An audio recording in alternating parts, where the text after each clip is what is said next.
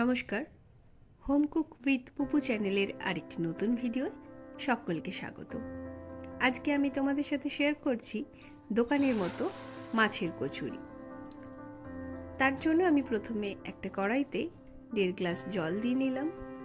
এইবার দিচ্ছি 1 চামচ নুন। এবার এর মধ্যে মাছের টুকরোগুলোকে দিয়ে দিচ্ছি। আমি এখানে কাতলা মাছ নিয়েছি, তোমরা চাইলে এটা রুই মাছ দিয়েও করতে পারো। এইবার এটা 10 মিনিটের জন্য ঢাকা দিয়ে এটাকে সিদ্ধ করে নেব। দেখতেই পাচ্ছ জল পুরো শুকিয়ে গেছে আর মাছগুলো কিন্তু ভীষণ ভালোভাবে সিদ্ধ হয়ে গেছে। এইবার এগুলো একটা চামচের সাহায্যে ভালো করে ভেঙে নিয়ে কিছুক্ষণের জন্য ঠান্ডা হতে দেব।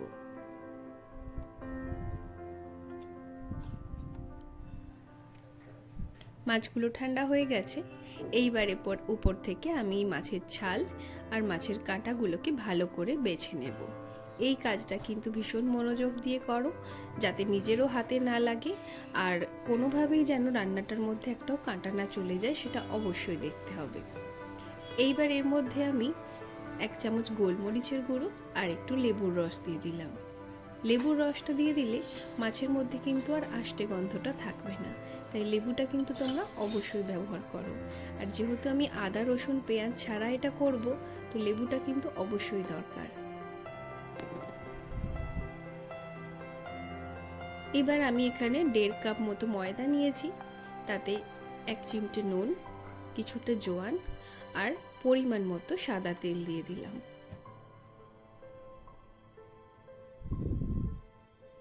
এইবার তেলটা সমস্ত ময়দার মধ্যে ভালো করে মিশিয়ে নেব। ময়দা মাখা কিন্তু যত ভালো হবে, কচুরি কিন্তু ততই খাস্তা আর ভালো হবে। যখন ময়দাটা এইভাবে দেখো একটা মুঠোর আকারে এসে যাচ্ছে, তখন বুঝে যাবে যে সঠিক পরিমাণ কিন্তু ময়াম দেওয়া হয়েছে।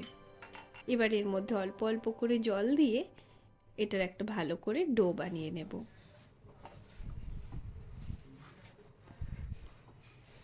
যারা চ্যানেলটা এখনও সাবস্ক্রাইব করনি তাদেরকে বলবো চ্যানেলটা সাবস্ক্রাইব করে অবশ্যই পাশে থেকো, আর পাশে থাকা বেল আইকনটা অবশ্যই প্রেস করে দিও। চ্যানেলের ভিডিওগুলো তোমাদের কেমন লাগছে কমেন্ট করে কিন্তু জানিও। এবার একটা ফ্রাইং প্যানে আমি সাদা তেল দিয়ে তার মধ্যে একটু হিং দিয়েছিলাম, তার উপর দিয়ে দিলাম মাছ আর কাঁচা লঙ্কা। এইবার এটাকে 2-3 মিনিট ভালো করে নাড়াচাড়া করে 1 চা চামচ হলুদ গুঁড়ো, লঙ্কার গুঁড়ো, ধনে গুঁড়ো আর জিরে গুঁড়ো সব কিছুর পরিমাণ কিন্তু আমি সমান রেখেছি। আর এর মধ্যে আমি দিয়ে দিচ্ছি 2 চা চামচ ভাজা মশলা। তোমরা নিশ্চয়ই প্রত্যেকেই জানো ভাজা মশলা কিভাবে তৈরি করা হয়, তবুও কারোর যদি কোনো রকম কোয়ারিজ থাকে অবশ্যই কিন্তু কমেন্ট করে জানিও, আমি ডিটেলস শেয়ার করে দেব। এইবার এটার ভালোভাবে একটা পুর তৈরি করে নিলাম।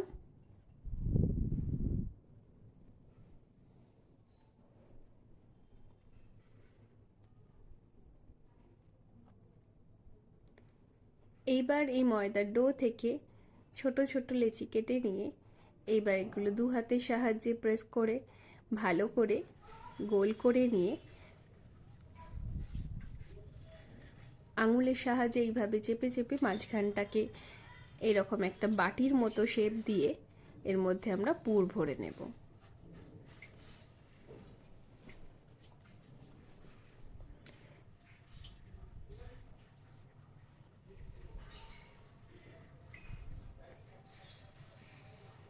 এইভাবে আমি প্রত্যেকটা এইভাবে পুর ভরে রেডি করে নিচ্ছি।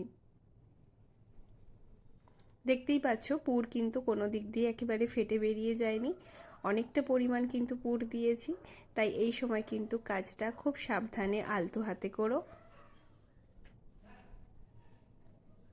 কারণ কচুরির মধ্যে যদি পুর খুব একটা কম বেশি না থাকে, পুর বেশি পরিমাণে না দিলে কিন্তু সেটা খেতেও খুব একটা ভালো লাগে না, তাই চেষ্টা করতে হবে পুর যেন সব দিকে সমানভাবে ছড়িয়ে যায়। এইবার এগুলো আমি গোল গোল করে বেলে নিয়ে গরম তেলে ছেঁকে ভেজে নিচ্ছি।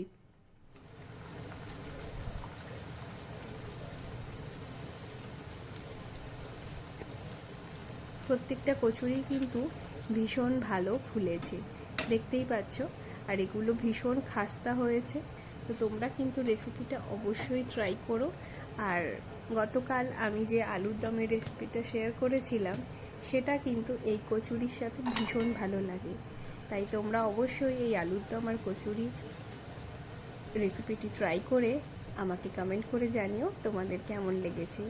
দেখো প্রত্যেকটা কচুরি কিন্তু ভীষণ ফুলেছে আর ভীষণ খাস্তা, খুব টেস্টি। তোমরা এইভাবেই এটাকে বানাবার চেষ্টা করো। এর মধ্যে বেশি পেঁয়াজ, আদা, রসুন দিও না, তাহলে মাছের অ্যাকচুয়াল যে টেস্টটা সেটা কিন্তু অনেকটাই নষ্ট হয়ে যায়।